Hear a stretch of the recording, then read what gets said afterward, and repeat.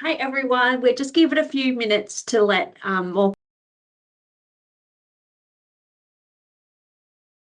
We might get started and other people can still join as we kind of move along. But firstly, I'd just like to welcome everyone to today's Lunch and Learn session on workplace investigations, knowing your rights. I'd like to begin by acknowledging the traditional custodians of the many lands of which we meet today. As this is an online session, we recognise that you are joining us from a variety of Aboriginal and Torres Strait Islander lands across the country. We pay our respects to elders past and present and extend that respect to all Aboriginal and Torres Strait Islander people joining us today. If you can, it'd be great if you could post in the chat where you're dialing in from. And few housekeeping for today. I will hand over to Brenda and Shadi, our LGEA industrial officers, in a moment. I just wanted to note that if you have any questions as we go, please just write them in the chat and we can, depending on your question, we can either save it to the end or we can jump in and they can answer it as we go through. So that's all from me. I might hand it over to Brenda and Shadi. Great. Well, good afternoon, everyone. I can see a number of really familiar names, and Ashraf, I saw your face before, so thank you for greeting us. We appreciate everyone's taken their hour to spend with us, and it's very much something that we're trying to create and introduce more often, and try and share our knowledge and our experiences as well with as many members as possible. When it comes to workplace investigations or really topics that our members are interested in, we go out and we speak to our members and they say, you know, Brenda and Shadi, there's a number of things that we would like to just understand a little bit further. Workplace investigations can be really daunting and quite an anxious experience for not just the employee, but also for support people. And so we thought, why not have a discussion about what are your rights as a support person or as an individual employee that's undergoing or going through this process, and what can you do, or how can you speak with the union, and what tips we can provide, and what guidance and support we can also provide through that process. So without going through any of the details now, I just wanted to say this is something that would be useful for not just, as I said, the employee, but the support person, but also just to alleviate any stresses that you have, and knowing your rights with regards to the award and the policies and procedures that cover you. So let's commence, and I think Shadi and I are just going to have this as a kind of informal process, because we think this is something where there's no one size fits all when it comes to investigations and disciplinary. There's a lot of little minor variations that everyone has to deal with, and so how I would work on a matter might be very different to how Shadi does or Alicia does. And so we'll share our thoughts and our experiences, and we're very, very keen to hear your thoughts and your concerns and questions as well. So thank you for joining us. Thank you. Thanks, Brenda. I'm going to share my screen. I can get us started. Can you see that? Perfect. So this is just an overview of what we're going to discuss today. So we're going to talk about the applicable industrial instrument. And that's the state award. We're gonna discuss dealing with allegations. So that can be allegations of misconduct or poor performance. And then at the end, we'll talk about any questions you may have.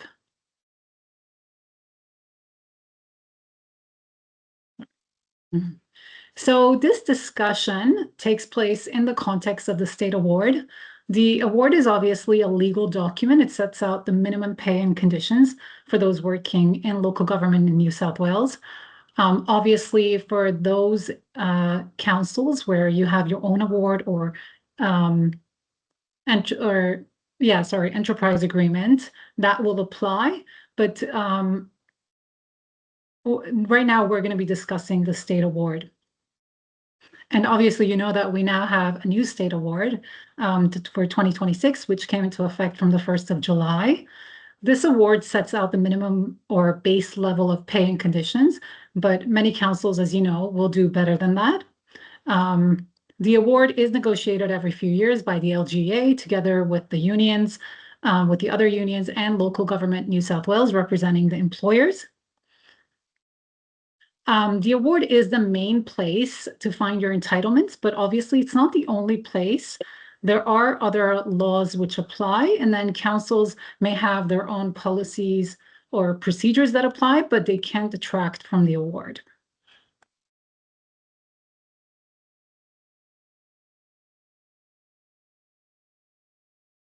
So if we're thinking about investigations and dealing with allegations that have been made against you as an employee, we thought the best way to kind of think about it is by going through a few examples with you. So the first one is an allegation of misconduct. So whenever the LGA receives a phone call or an email from our members seeking our assistance with regards to an investigation, the majority of the time it's regarding a misconduct, or perhaps even a performance-related matter, and so when it or bullying, harassment in that form, when it comes to there's a few different options. So misconduct here. If I go through this example, feel free to jump in with an extension or any other examples as well towards the end. But we'll just go through these ones for now. The first one here. So Raj, a colleague of yours or not, Raj received a letter from his manager. The letter alleges that Raj has bullied a co-worker and says that Raj must attend a meeting with his manager and HR tomorrow. Just to be clear, that the letter doesn't say anything more than that. It just clearly identifies that there's an allegation of bullying against a co-worker. May not even suggest who the co-worker is. They doesn't say how they've bullied them. It doesn't talk about where or who else could have been involved or who else may have anything. And it also talks about a meeting tomorrow with HR. Which manager? His immediate manager or manager once removed? There's a few questions there. But this is not uncommon. We receive a number of comments and questions from our members saying, is this a serious meeting? Is this an informal meeting, a formal meeting? The reality and the truth is that in these situations, Shadi, myself, and the team, we may not be able to know anything more than what you do. So I guess our tip at that point is, let's just go through the process together. And prior to attending this investigation or this meeting, we'll provide you with all your rights, and you have a clear identification of what you can't say, what you should be looking out for, and what you should be avoiding. So let's go to the next slide.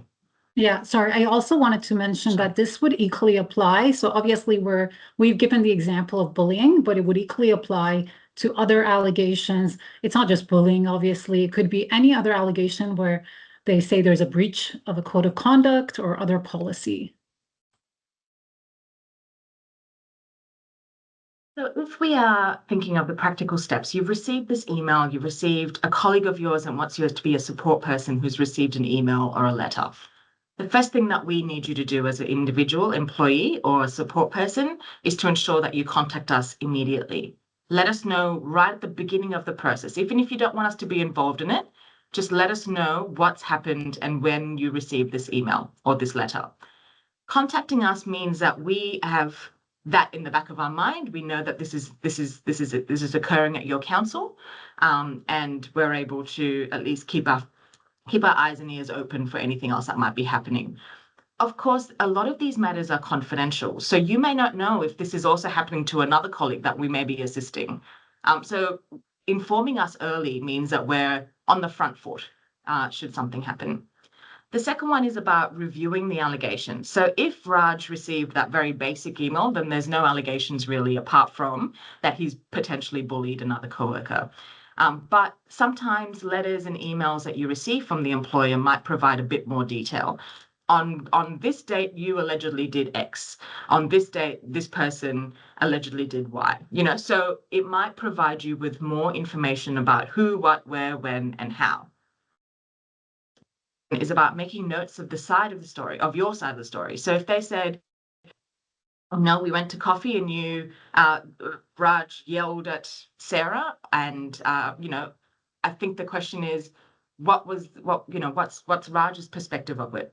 Did he in fact yell? Was there a scenario in which he was warranted that he had to say something with a loud voice? There's a few things there. So make sure that Raj or the support person supporting Raj clearly articulates that you need to make sure you understand your side of the story. And the last one is, if you are invited to a meeting which is a week away or a couple of days away, make sure that you write down your notes. Write down them first for yourself, and then put them in a written form of a written document or a written response, which you can provide to the employer, or at least have it on yourself as a response for you, as a quick notes for you to refer to during those discussions. It's always useful because whenever you're in any investigation or any interview or meeting, it's an anxious environment. You may forget details that would be quite important. Whereas if you had notes down or you had a written response to provide as a supplementary document, you're more likely to ensure you've ticked all those boxes. Thank you. So usually when members come to us, we try to determine, so has the breach actually occurred? So here they've said there's been bullying. So what I typically do is I will go to the state award and I'll see what is the definition of bullying and does this conduct meet that definition? So what clause 39 of the state award, the new state award, says is that bullying means conduct at work where a person or group of people repeatedly act unreasonably towards an employee or group of employees, and that behavior creates a risk to health and safety. So I think if you've done any of the training with us, we always emphasize that it's not one incident typically. Bullying has to be repeated acts. So that's the definition. And it may involve, but is not limited to aggressive, threatening, intimidating conduct, belittling, humiliating comments, spreading malicious rumors, teasing, jokes, exclusion from work-related events, unreasonable work expectations, offensive materials, or pressure to behave in an inappropriate manner. But it's important to also emphasize that reasonable management action carried out in a reasonable manner doesn't constitute bullying behavior. So we'll get into this a little bit further, but if there's disciplinary action for misconduct, that's not, that's reasonable management action. Or if there are performance concerns, that's reasonable management action as long as it's carried out in a reasonable way. I think one point to add on this slide is if you are, I'm going to say, the victim of bullying and another colleague of yours or your manager or the general manager or even counselors are bullying you, the key for you here, prior to any investigation or prior to going through the formal process, is to start documenting it yourself. Put it in a journal note. Say, on this date, this is the reaction that I'd received, or this is the activity that occurred, which made me feel uncomfortable. Making sure that you've got detail is evidence, and evidence that Shadi, myself, and the team are able to utilize when we are defending or supporting you through this process. So when it comes to identifying, as Shadi said, a pattern, we're able to rely on all of these different dates and activities to then add up and make clear that it is, in fact, a form of bullying. Mm-hmm. The other thing about, I guess, bullying here is about workplace investigations. We often get these questions about, does an employer, does a council, are they required, are they obligated to investigate? The reality is they're not. And what 37C says is that they may investigate. And some of the things that they consider when making that decision is the seriousness of the possible conduct, how recent it occurred, potential implications of not undertaking an investigation, whether there have been other concerns, threats, or allegations made against this employee previously by any complainant, whether the complaint itself has been copied to others, and whether there are any mitigating factors. And what 37C says also is that it refers us to the guidelines. So that's the industry guidelines on workplace investigations. And it does also say that employers must properly conduct and speedily conclude workplace investigations. So whenever we look at investigations and whether council has, I guess, whether they have followed the correct process, I do typically go to the industry guidelines, and that's at the back of the award. I'm still using my old award, obviously, because it's so handy, but it does set out, it says that these guidelines are a practical guide on how to properly conduct and speedily conclude workplace investigations. And then it has a number of steps. So we do typically try to ensure that councils are following that. It says that the first step is for council to undertake a preliminary assessment, and there's an understanding that not every complaint or allegation requires investigation. I already mentioned that the factors that they have to consider, that council has to consider. And then following that preliminary assessment, they can kind of determine how to move forward, whether it goes to an investigation, whether they suspend the employee, depending on how serious it is. And then the industry guidelines also say step 2 is determine whether the investigation will be done internally or externally. So some of the factors that council may consider is the time and other resources needed to properly conduct and speedily conclude the investigation, the availability of staff with the necessary skills or experience to conduct the investigation, whether the person conducting the investigation has a conflict of interest. So those are just very important factors that council has to take into effect. And then step 3 is to develop an investigation framework. Step 4 is to obviously gather the information. So that's interviewing the relevant witnesses. Step 5 is apply the appropriate standard of proof. Obviously, this is not a criminal matter, so it's not beyond a reasonable doubt. It's balance of probabilities. And then step 6 is prepare the investigation report. I'll move on to the next slide. I guess one thing to add to that, even before we go into this, is just like we as employees have to follow processes and steps, similarly does an employer.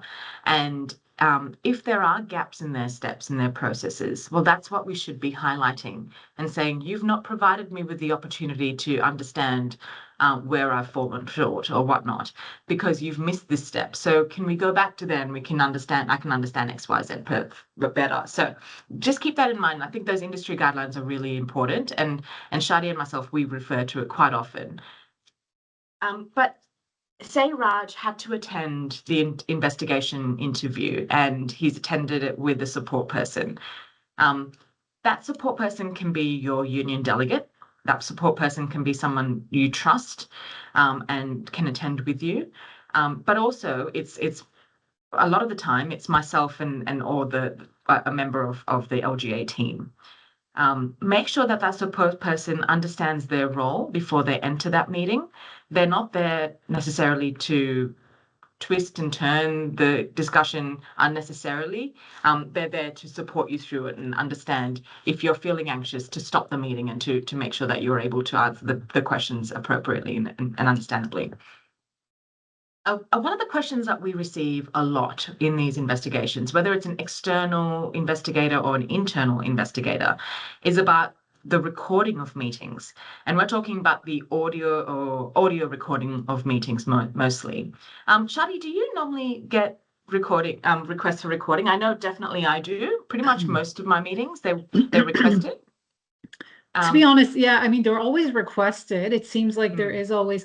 I used to always refuse that. Yeah. Because I think my concern previously was that you say something and the recording is there forever. It's hard to, once you have that, it's very hard to shy away from that or to change the story.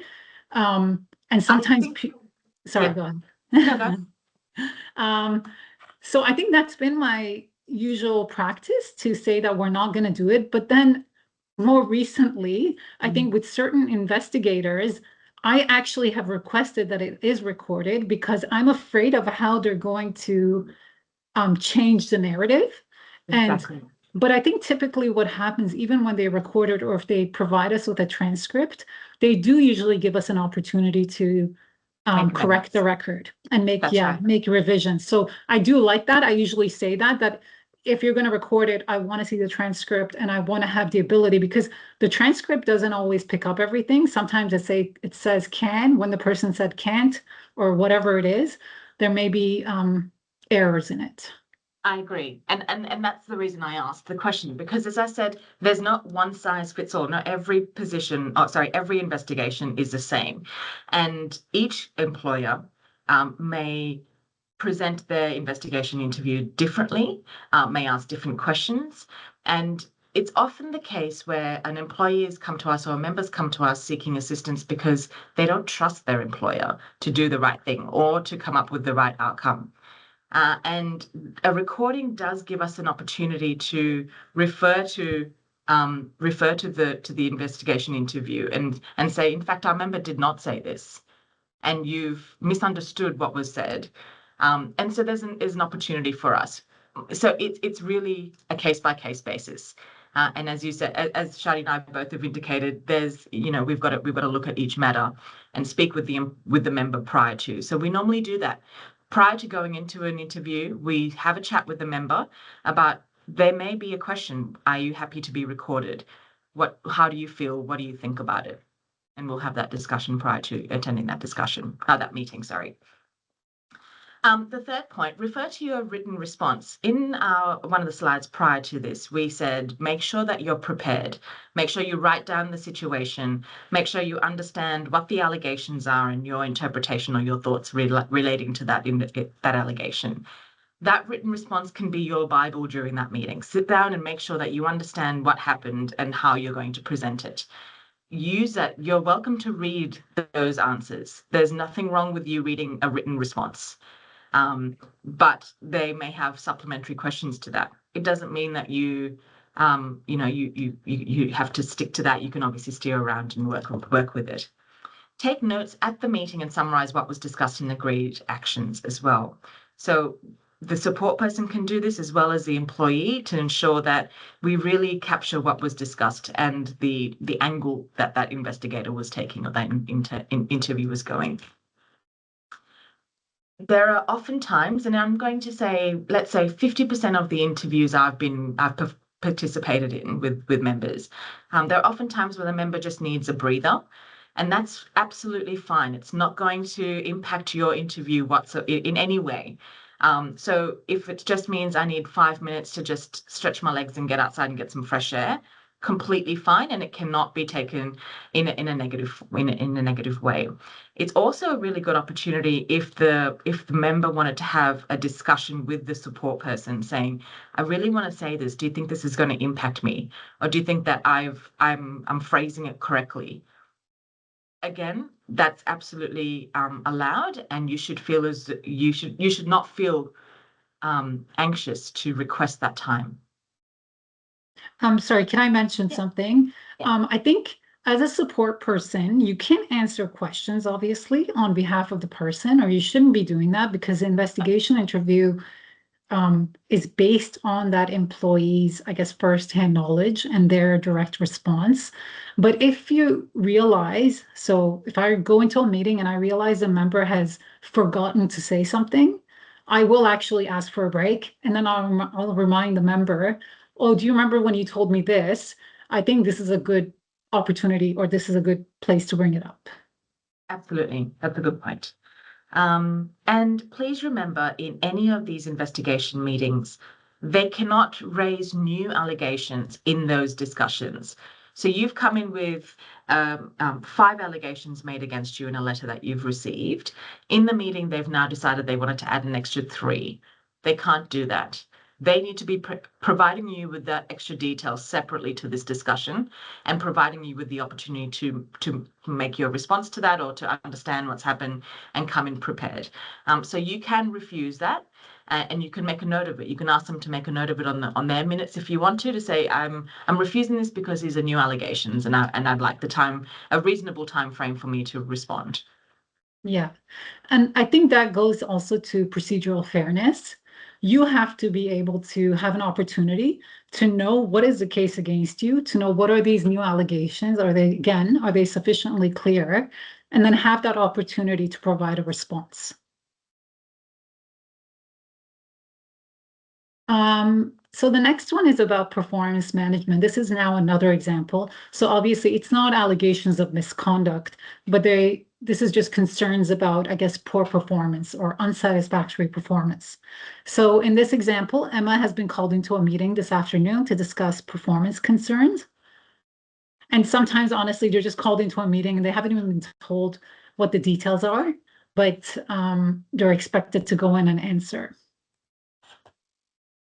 So some practical steps again, please again contact the union, organize a support person to attend the meeting with you.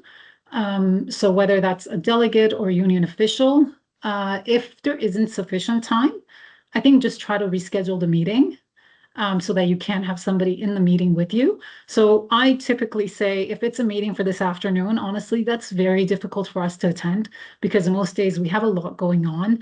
We're already in other meetings. So we do write to council usually and say, look, we're unable to attend. This member has approached us. We're unable to attend. Can we please reschedule for tomorrow or the next day?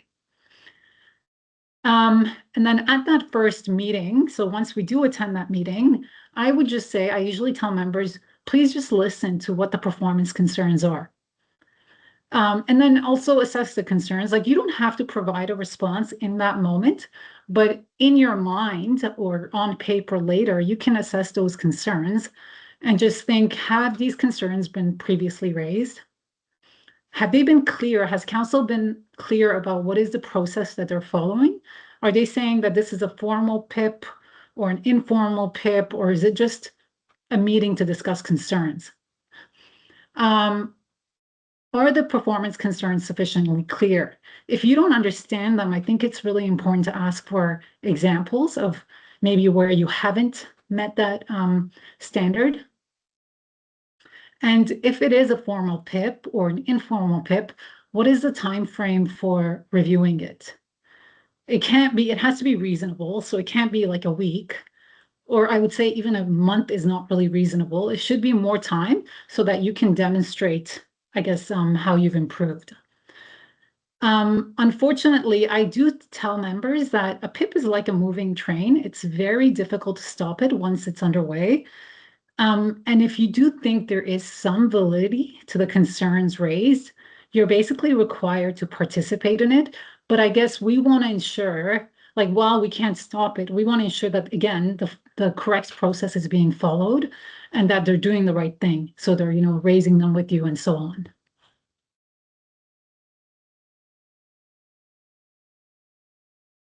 So if we look at what the award says when it comes to performance management and more so the disciplinary process or procedures attached to that process, attached to it. Council have a number of obligations and a number of steps that they have to take prior to any serious disciplinary action when it comes to performance. There's the informal part of performance-related matters and having that discussion with your manager about, where things may be falling short.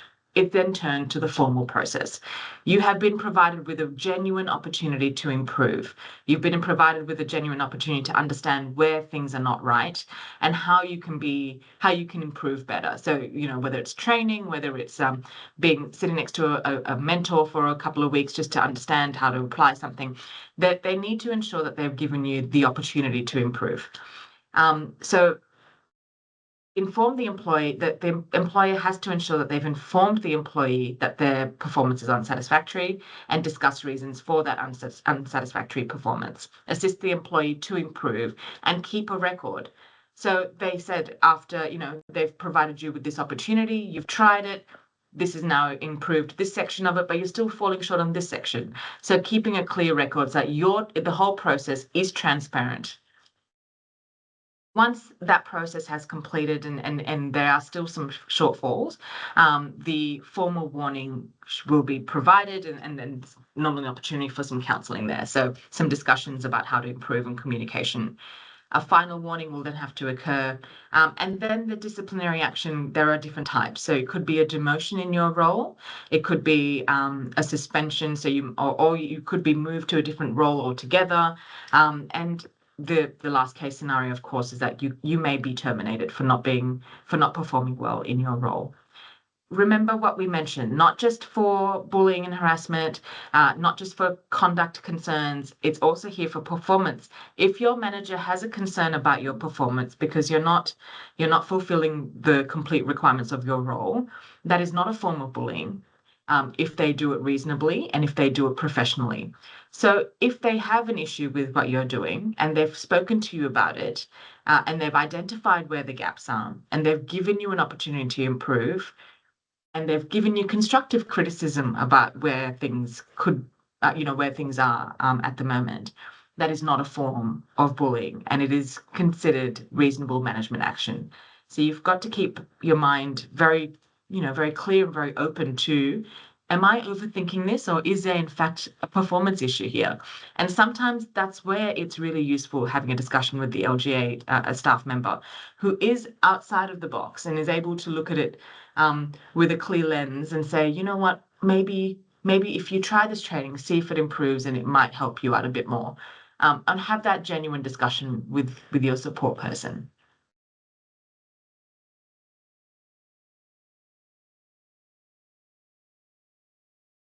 So let's go back to our example more specifically as well when it comes to the next steps that she could take. So take notes at that PIP meeting, at that performance improvement process or plan meeting, and summarize what was discussed and agreed actions. So one major failure that our members for the traps they fall into when it comes to PIPs is they let us know too late in the process that they're part of this process, a part of this plan. Let us know right in the beginning when they're talking about a performance improvement plan. We may not get involved straight away because the member doesn't want us to, and that's fine. But at least we can be aware of it, and we can ensure that the council is following the right process. Make sure that it's in writing and make sure it's agreed to between the parties, between the employer and the employee, between management and yourself, so that it is transparent and it is consistent with your position description or the employee's position description.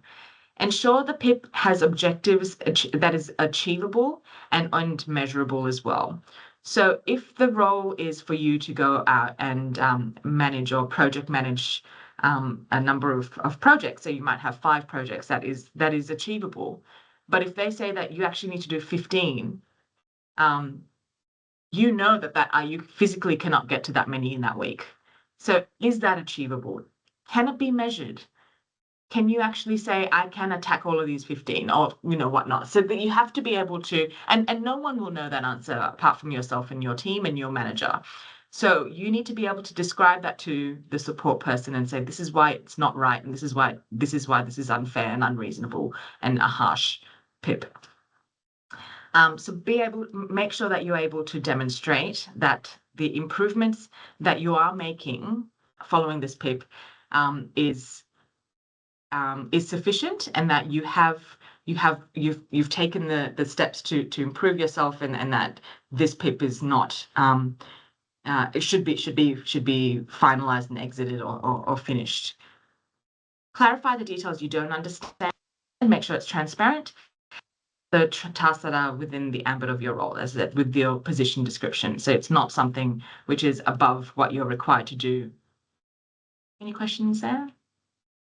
I do want to, sorry, can I just mention, I think obviously in those meetings, when you're at a PIP meeting, and sometimes they occur every couple of weeks or whatever it is, whatever the frequency is, you can actually give feedback about the timelines and everything. So again, like the example that Brenda said, if they're saying you have to do all of these tasks by next Friday, but that's not possible, you can say that. Just make a note of it. I would probably provide a record, whether it's in that document or through email.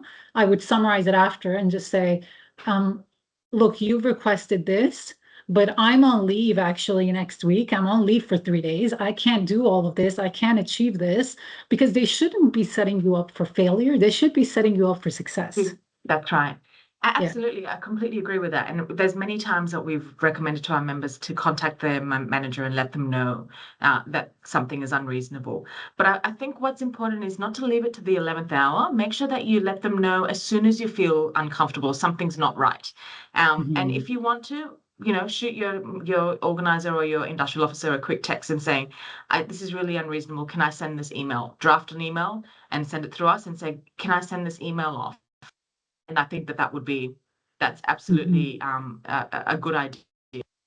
Yeah. And I think if obviously there is that ability to also give feedback if there's something else impacting the way that you're performing. So if I've just had health issues for the last few months and that's taken me away from work, I should actually be mentioning that. Like, I know some people are I think some members would be hesitant to do that, but I think sometimes it is important to be open and honest, because that's going to impact how the support that they can also provide you, right? Yeah, absolutely. Before we move on, we do have a question that I think is relevant to where we are right now. Eric has said, what if they say you have to improve yourself in your own time outside of work hours? Depends on the context, right? So Yeah. if it's about you having to do training because you missed out on training, or you have to repeat your own training, we would say that's not reasonable for you to be doing that outside of your hours. There should be an opportunity for you to block out an hour and do that training in the afternoon on a Friday or whatever it may be. It's having that open, transparent discussion with your manager about what training they want you to do, or how they want you to improve outside. Yeah. And whether that's reasonable for you or not. But sorry, Shadi, what were No, your I was thoughts? just going to say that exactly. I mean, they need Yeah. to be very clear about what you need to do What to is reach it? that standard. So if that's, yeah, doing additional training, or you need mentorship, or you need counseling, or maybe you just need more support, right? Mm, Then they should be able to provide that to you. That can't happen outside of hours. that's right. Unless it's something to do with, not registration of engineering, but if it's something to do with genuine qualifications that they would like you to acquire. But then again, that wouldn't even be part of your performance improvement, isn't it? Yeah. So Yeah. I can't think of a real scenario. So again, if they're asking you to do something outside of hours, I would be questioning, what is it and Yeah. why can't it be conducted during hours? Yeah. This part is more general, but I wanted to just talk about related provisions that have to do with disciplinary and allegations and so on. So 37A of the state award talks about employees' rights. It says that an employee, must have access to their personal files, and they may take notes or obtain copies of the contents of the file. They must be entitled to cite, note, or respond to any information placed in their file, which may be regarded as adverse. They can make application to delete or amend any disciplinary or other record in their file, which the employee believes is incorrect, out of date, incomplete, or misleading. They can obviously request the presence of a union rep or the involvement of the union at any stage. We already knew that, but obviously it's good to have it in writing in the award. And they can obviously make application for accrued leave for a part or whole of a suspension during the investigation process. And then 37B talks about employers' rights and obligations. And it says the employer basically is entitled to suspend an employee with or without pay during the investigation process, provided that it's not for longer than is reasonably necessary to conduct the investigation. The suspension shall be limited to circumstances where there is unsatisfactory work performance or conduct, and that would constitute a serious breach of the code of conduct, policies, procedures. Suspension without pay during an investigation must be for a period of no more than 2 weeks, except where it's delayed due to unavailability of the employee. And it goes through a little bit more about other situations where how the suspension can take place.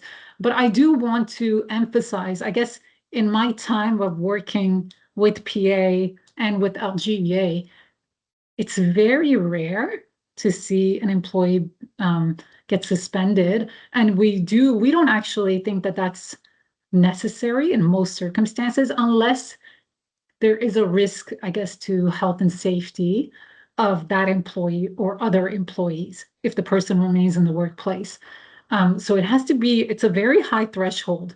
I mean, council should not be suspending people. That should never be, it should be the last resort.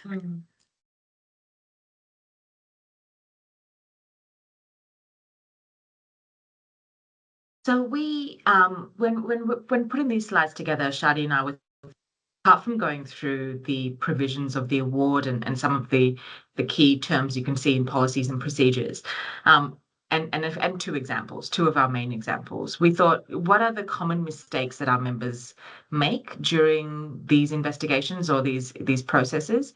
And we just jotted down a few for you, but I'm sure there are many more that you can also come up with as well and from your experiences.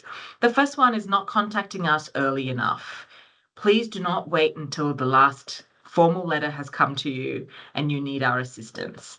What we would ideally like, even if you don't want us to be involved directly, is to notify us right at the beginning. Or to share the documentation with us and say, this is what I'm saying, can you read my draft for me?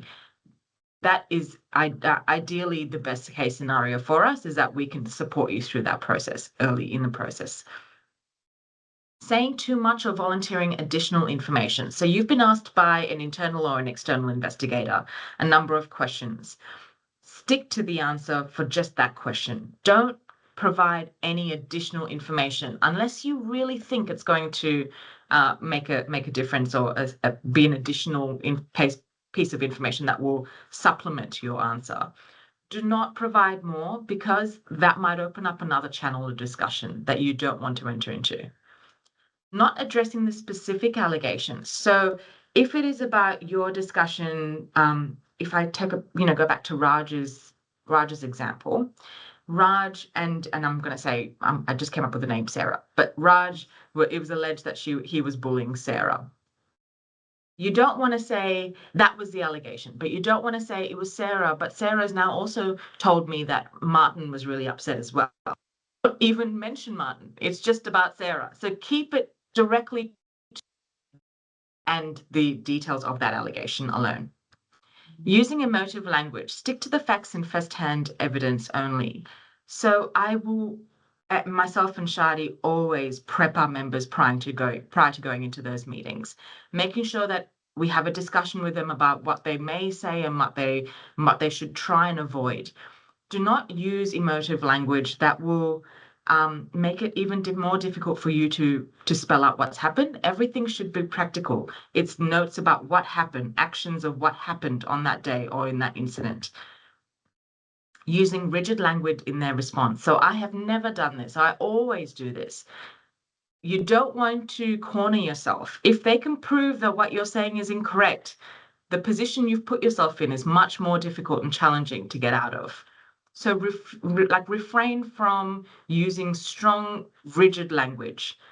Make it just clear and concise with your responses.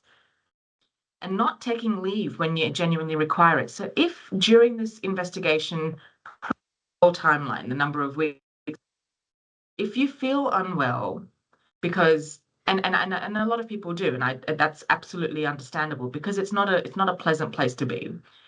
And your doctor or you know that you don't feel well and your doctor suggested you should take time off, take the time. There is absolutely nothing wrong with doing that. Your union official will absolutely support you through that process. There are times that my members have been on leave and I have been the support person and the contact for council during that time. It's very common, and we would rather our member be medically safe and healthy to return back to the workplace and return back and perform well in those interviews than feel unwell.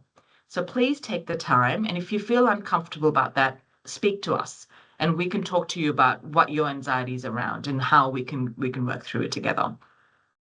And sorry, just a Sure. plug for my leave. Obviously, my leave is a type of leave Yeah, that you can now absolutely. The new take. provision. Yeah. And I mean, obviously, you could also take sick leave because if it is something that's stressing you out, you're losing sleep. We see this a lot, like where the person, our member can't really perform and they're really struggling, they're losing sleep, they're not eating well. It's going to be really hard to be involved in this or to be even safe at work when you're Okay. not in a good place. Sorry, can I actually, something else came to me when you were talking. Yeah. There are instances where, sorry, maybe this goes to volunteering additional information or something. Maybe it goes with that. But there are instances where, like Raj has been accused of bullying, but now Raj wants to refer to something that happened 2 years ago. It's like, well, actually, that person said that to me, and that really upset me. I think the problem with that, sometimes I do take things like that out of the response, even though it may seem relevant, because it's really hard for us if you haven't raised that issue previously. It's really hard for us to bring it up now. It just, unfortunately, it doesn't look like it's done in good faith sometimes. Like It if looks you like actually, an opportunity, right? So this is an opportunity for me to show that I was actually right back then, and the same thing's happening to me now. yeah. But it's really hard. I mean, if that's happened, and if you have experienced bullying, obviously you should be making record or creating a record of that or making a complaint about that at that time. Don't just hold it in your back pocket, waiting for another time because it's not a good look, I would say. And it's not very convincing when you bring it up later after the fact. But I know sometimes it's hard, and sometimes I get that members don't want to rock the boat. They think, you know what, that's in the past, whatever it is, but now there's a complaint against them, and it's really hard to move forward. Great. And throughout the process, the last point there is to ensure that you maintain confidentiality. There are really strict provisions around confidentiality when it comes to disciplinary and investigation processes. It will be written in your letter.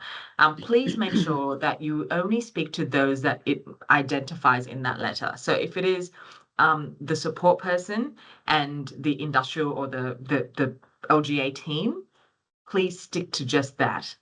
Do not speak to your colleague who was in the letter or that was sitting next to you during the time without speaking to one of us first. Okay? Make sure that you speak to us and we will do all the extra investigation. If we do not need you to get involved in anything other than concentrating on your interview and concentrating on getting out of this disciplinary process.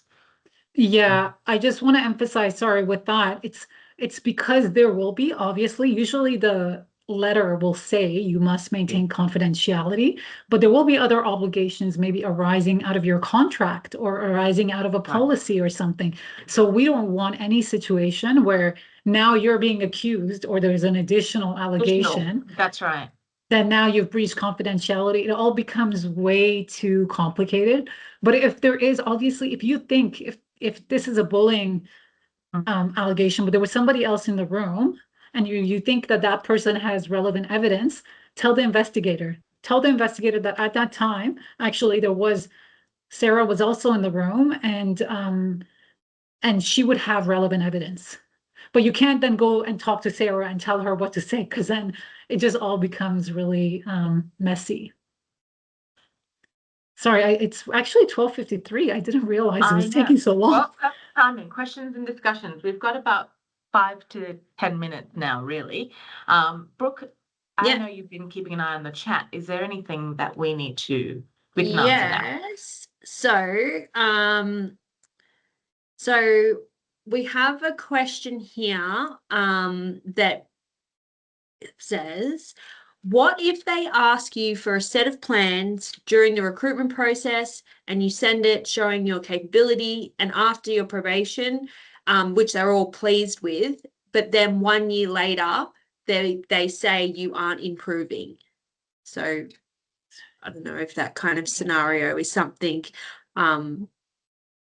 you can for set of plans during the recruitment process and then showing your capability and after probation.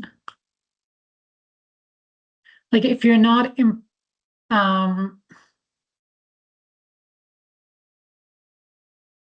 By set of plans, do you mean like I don't know if that means, because usually in the recruitment process, I don't know what plans you can really give. And like, I mean, with the improvements, I mean, they should be, if they realize, if an employer realizes that you're not improving or there's certain gaps, that's where that whole process comes in under the award, right?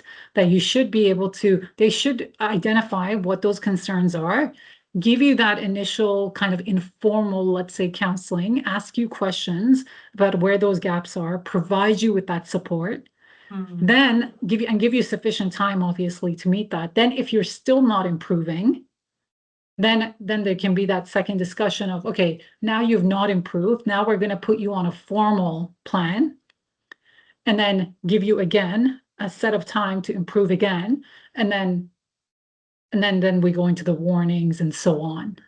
But there are certain steps. I think you're right there, but I'm a bit confused about what kind of plans and which type of recruitment process. Is it recruitment for a more senior position? Are you recruiting someone else into the team? There's a few questions there. So I think if you don't mind, I might request that person, the industrial officer or organizer, a quick text and let us know what it is. And engineering. Okay, so you're saying that they've requested during the recruitment of your role that you send through engineering plans to prove that you've done your capabilities, to able to identify that you are capable of performing the role. And then they 1 year later said that you aren't improving. I guess we would want to know where you're falling short, firstly, and have they made that clear to you? So as Shadi said, following the process of the informal investigation process or the performance issues, and then go. But I guess please get in contact with us if you've got more specific questions really around that, because it is a little bit of an interesting scenario, not common. Okay, thanks for that. There's another one here. It says, can an employer take action against an employee for their political views posted on social media, criticizing global conflicts and the parties involved? Some employers may be trolling their employees on their social media accounts. Is this considered overreach by the employer? I mean, I don't know about the trolling employees. That doesn't sound good, but I mean, it really does depend on what the policy or procedure says about your IT or other obligations. I mean, typically, this is actually it's kind of contentious, right? And there's case law on this about conduct outside of work. But usually, what we see in employment contracts is that you can't what's the phrase? It's like you can't bring counsel into disrepute or something. Yeah. So I think that's where an issue may arise. I mean, if that happens to a member, I think we should absolutely challenge it, because if they're not putting themselves out, like for me, I'm not putting myself, maybe I can go on social media, but I'm not putting myself out as speaking on behalf of PA. If I, express those views, I would argue that that's not really fair and it's not a breach of the policies. But obviously, again, it does depend on what the policies and procedures say. Very much so. I mean, it's one thing if you use council's laptop to write this and put it on social media. It's during work hours, and also if you said, I'm a project engineer working at this place, I think this is outrageous. We understand everyone's got personal views, and that's completely acceptable and understandable. But it's the context in which they've taken it out of, the context in the environment. So please let us know if it does happen to you, and we will work through your individual policy and procedure for your council and look at the merits of their allegations. Yeah, I remember there was actually a case I worked on when I was working with the transport team. There was a case where I think one of our members, as they had identified themselves as a transport employee and put something on social media that criticized transport. And I think in that case, yeah, the employer said that that was a breach and so on, that there was a breach of their internal policies. But honestly, even in that case, we were able to try and argue otherwise. But yeah, it really does depend on what it says. Thank you so much. There is another question here from Michelle, but it does relate to access to 9-day fortnight. So Michelle, what I might do is I might just get you in touch with your industrial officer and they can assist you with that question just for the sake of time. And Do you there's want me no, to? yes, sorry, you go. Sorry, do you want me to go here? Yes, thank you. So just a real quick little plug. I know everyone needs to jump onto other meetings and move on with their day, but just wanted a reminder that the LGA remuneration survey is open. We would really appreciate all members to participate and also share with your colleagues. You don't need to be a union member to participate in this one. And also you can complete the survey anonymously. You do not need to provide your name or contact details or anything like that. It's the data that we're after in terms of your remuneration and employment conditions that we would really love to receive from you all. This So information is vital for us to be able to present to employers when we're talking about salary systems, when we're talking about pay parity, when we're talking about attracting and retaining technical professionals, regionally, rural, and metropolitan as well. We are not just within one area. We're looking all around New South Wales. This information is sought after by not just members of the LGA, but sought after by employers. People will purchase this report off us because we have been known to have credible information. Please make sure that you fill out this remuneration survey, hand it over to your colleagues and your teams. It is so get as much information and participation as possible so we can ensure all of our enterprise agreements and awards are up to date. thank you so much. And yeah, just for the sake of time, I just want to thank both Shadi and Brenda. That was amazing. This session has been recorded. So in a day or two, we'll be able to have this up on our LGEA member portal so you can share with colleagues or members that may have missed this session. But yeah, that's it. Thank you everyone for joining, and thank you again, Shadi and Brenda. Thanks. Thanks. Bye. Bye.